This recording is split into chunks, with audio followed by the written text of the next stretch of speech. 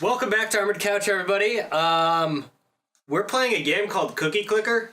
I don't know what this is. Ken came up and said, I have to do this.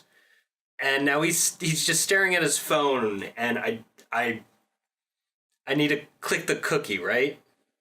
Okay. I'm actually kind of nervous about this. More. Okay. Achievement unlock, wake and bake. What the fuck are... What am I doing? When I was 18 years old, I saw for the first time in my life, I saw an image of clarity. I saw a comic strip, a 3-panel comic strip that, though simple as it seemed, changed me. Changed my being, changed who I am, made me who I am, enlightened me. That strip, Garfield, the comic strip, was new. Really? No more than maybe a month and a half since inception, since coming into existence. And there it was. Before me in print, I saw it, a comic strip. What was it called? Garfield. The story here is of a man, a plain man. He is John, but he is more than that. I will get to this later, but first, let us say that he's John, a plain man. And then there is a cat, Garfield. This is the nature of the world here. When I see the world, the politics, the future, the satellites in space, and the people who put them there, you can look at everything as a man and a cat. Two beings in harmony and at war. So this strip I saw, this man, John, and the cat Garfield. You see, yes, It is about everything. This little comic is, oh, lo and behold, not so little anymore. So yes, when I was 18, I saw this comic, and it hit me all at once.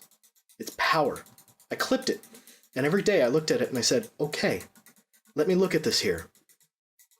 What is this doing to me? Why is this so powerful? John Arbuckle.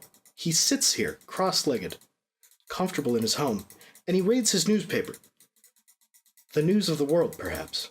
And then he extends his finger, lightly, delicately. He taps his fingers on an end table, and he feels for something. What is it? Is it something he needs? But it is not there. And then he looks up, slightly cockeyed, and thinks, his newspaper's in his lap now, and he thinks this. Now where could my pipe be? I always come to this, because I was a young man. I'm older now.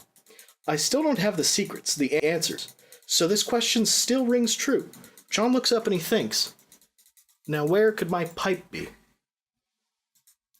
And then it happens. You see, it's almost like divine intervention. Suddenly, it is there, and it overpowers you. A cat is smoking a pipe. It is the man's pipe. It's John's pipe, but this cat, Garfield, is smoking the pipe. And from afar and someplace near, but not clear. Near, but not clear. The man calls out. John calls out. He is shocked. Garfield, he shouts. Garfield, the cat's name. But let's take a step back. Let us examine this from all sides, all perspectives. And when I first came across this comic strip, I was at my father's house. A newspaper had arrived, and I picked it up from him and brought it inside. I organized its sections for him, and then, yes, the comic strip section fell out somewhere in the middle, and it landed on the kitchen floor. I picked up the pages and saw, up somewhere near the top of the strip, just like John, I was wearing an aquamarine shirt. So I thought, interesting. I'll have to see this later. I snipped out the little comic and held onto it. And 5 days later, I re-examined it.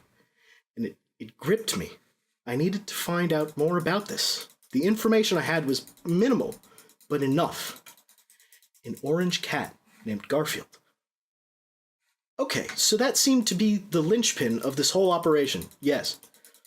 Another clue, a signature in the bottom right corner. A man's name. Jim Davis. Yes, I'm onto it for sure. So, 1, Garfield, orange cat, and 2, Jim Davis, the creator of this cat. And that curiously plain man. I did not know, you see, at the time, that his name was John. The strip had no mention of this man's name, and I'd never seen it before, but I had these clues. Jim Davis. Garfield. And then I saw more. I spotted the tiny copyright mark in the upper left corner. Copyright 1978 to... What is this? Copyright belongs to Paws Incorporated. I used the local library and mail services to track down the information I was looking for. Jim Davis, a cartoonist, had created a comic strip about a cat, Garfield, and a man, John Arbuckle. Well, from that point on, I made sure I read the Garfield comic strips. Though, as I read each one, on each day past, the strip seemed to resonate with me less and less. I sent letters to Paws Incorporated, long letters, pages upon pages, asking if Mr. Jim Davis could somehow publish just the one comic, over and over again. It would be meditative, I wrote. The strength of that, could you imagine? But no response. The strips lost their power, and eventually I stopped reading. But I did not want my perceptions diluted. So I vowed to read the pipe strip over and over again. That is what I call it. The pipe strip. The pipe strip. Everything about it is perfect. I can only describe it as a miracle creation. Something came together, the elements aligned. It is like the comets, the cosmic orchestra that is up there over your head. The immense, enormous void is working all for one thing, to tell you one thing. Gas and rock and purity and nothing. I will say this, when I see the pipe strip, and I mean every single time I look at the lines, the color, the shapes that make up the 3-panel comic, I see perfection. Do I find perfection in many things? Some things I would say. Some things are perfect, and this is one of them. I can look at the little tuft of hair on John Arbuckle's head. It's the perfect shade. The purple pipe in Garfield's mouth. How could a mere mortal even make this? I have a theory about Jim Davis. After copious research, and yes, of course, now we have the internet, and this information is all readily available, but Jim Davis, he used his life experiences to influence his comic. Like I mentioned before, none of them seem to have the weight of the pipe strip. But you have to wonder about the man who is able to even just once create a perfect form, a literally flawless execution of art. Brilliance! Just as in a ward, I think there is a spiritual element at work. I've seen my share of bad times, and when you have something, it's just emotions and neurons in your brain, but something tells you that it's the truth. Truth's radiant light. Garfield, the cat? Neurons in my brain, it's harmony, you see. John and Garfield, it's truly harmony, like a continuous, looping, everlasting harmony. The lavender chair, the brown end table, the salmon-colored wall, the foyer's green carpeting. Garfield is hunched, perched, perhaps with the pipe stuck firmly between his jowls. His tail curls around. It's more than shapes, too. Because okay, stay with me. I've done this experiment several times. You take the strip, you trace only the basic elements. You can do anything. You can simplify the shapes down to just blobs, just outlines. But it still makes sense. You can replace the blobs with magazine cutouts of other things. Replace John Arbuckle with a car parked in a driveway sideways. Cut that out of a magazine, stick it in, replace him there in the second panel with a food processor. Okay, and then we put a picture of the planet in the third panel over Garfield. It still works. These are universal proportions. I don't know how best to explain why it works. I've studied the pipe strip and analyzed John and Garfield's proportions against several universal mathematical constants. E, pi, the golden ratio, the Fibonacci constants, and so on. And it's surprising, scary even, how things align. You can just take tiny pieces of the pipe strip, for instance. Take John's elbow from the second panel. Take that and project it back over John's entire shape in the second panel, and you'll see a near perfect Fibonacci sequence emerge. It's eerie to me, and it makes you wonder if you're in the presence of a deity, if there is some larger hand at work. There is no doubt in my mind that Jim Davis is a smart man. Jim Davis is capable of anything to me. He is remarkable. But this is so beyond that. I think we might see that this work of art is revered and respected in years to come. Jim Davis is possibly a new master of the craft, a genius of the eye. They very well may say the same thing about Jim Davis in 500 years that we say about the great philosophical and artistic masters from century ago.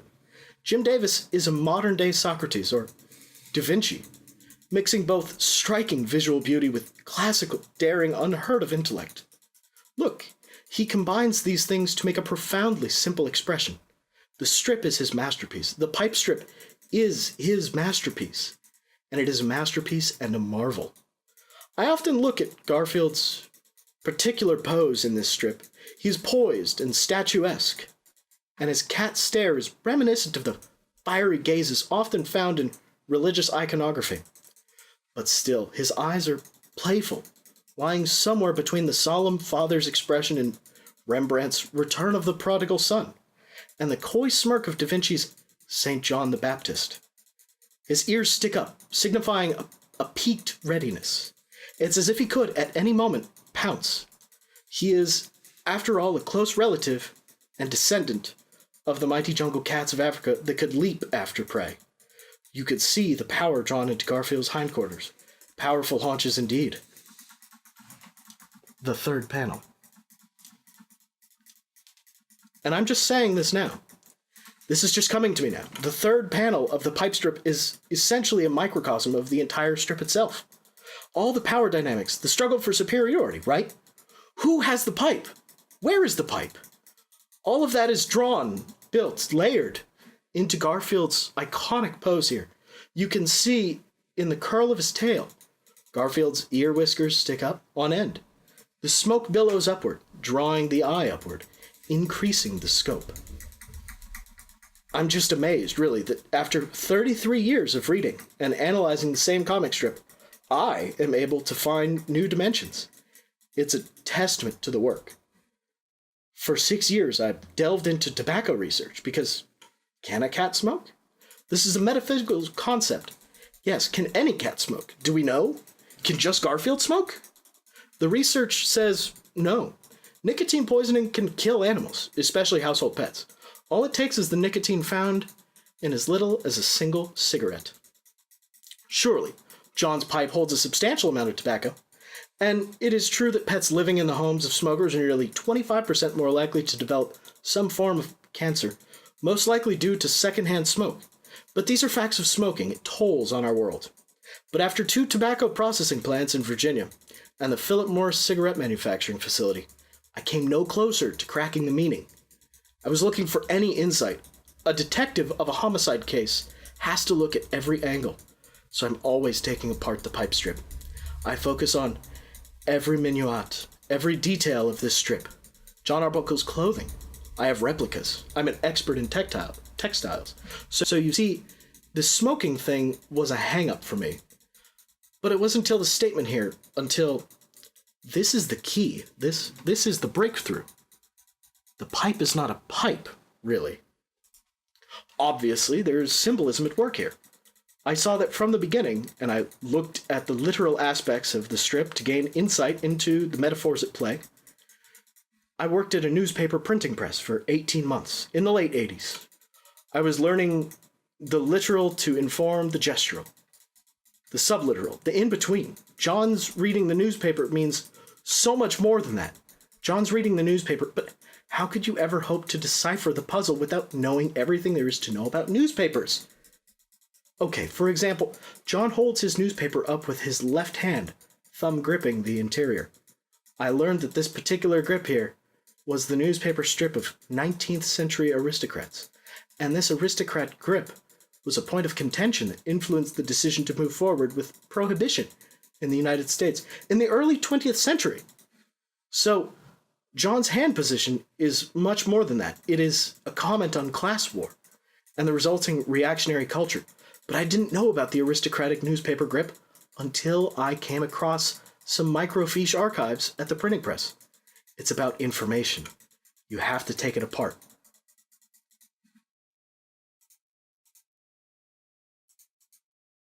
And the breakthrough on the smoking cat came late.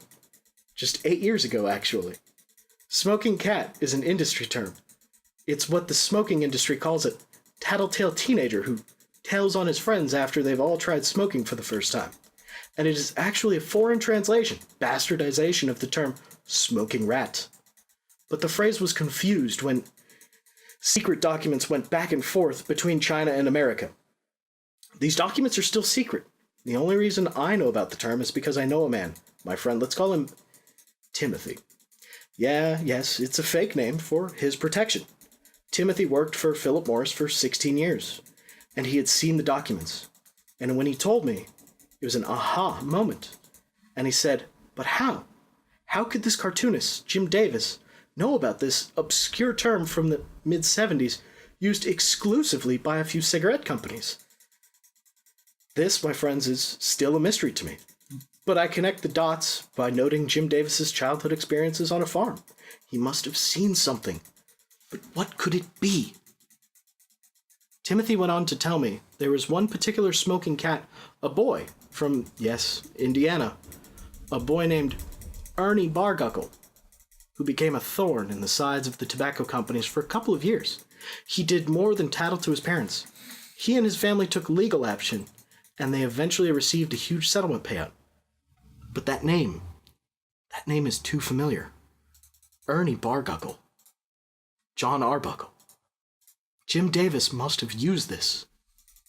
There's more here. Ernie Barguckle spent nearly half of the settlement money on experimental medical procedures to cure his impotence. He was impotent. So, he was a smoking cat with a metaphorical pipe that did not work. Are you starting to see the layers here? This is exciting stuff. You start to get a whole picture here, and it informs the work. It's just remarkable. Jim Davis took these raw ideas, these pieces, he transformed them into a smart social commentary that is also ravishingly beautiful. I have cried. I've cried over this piece. It just gets in my soul. I try to explain this to people. I have the newspaper articles about Ernie Barguckle. People have fought me on this. They don't see it, or they're closed-minded. How could a comic strip about a cat smoking a pipe mean any more than that? But it is more. And when I feel spiritual or start to think... Jesus fucking Christ, dude! I still see this... Ah!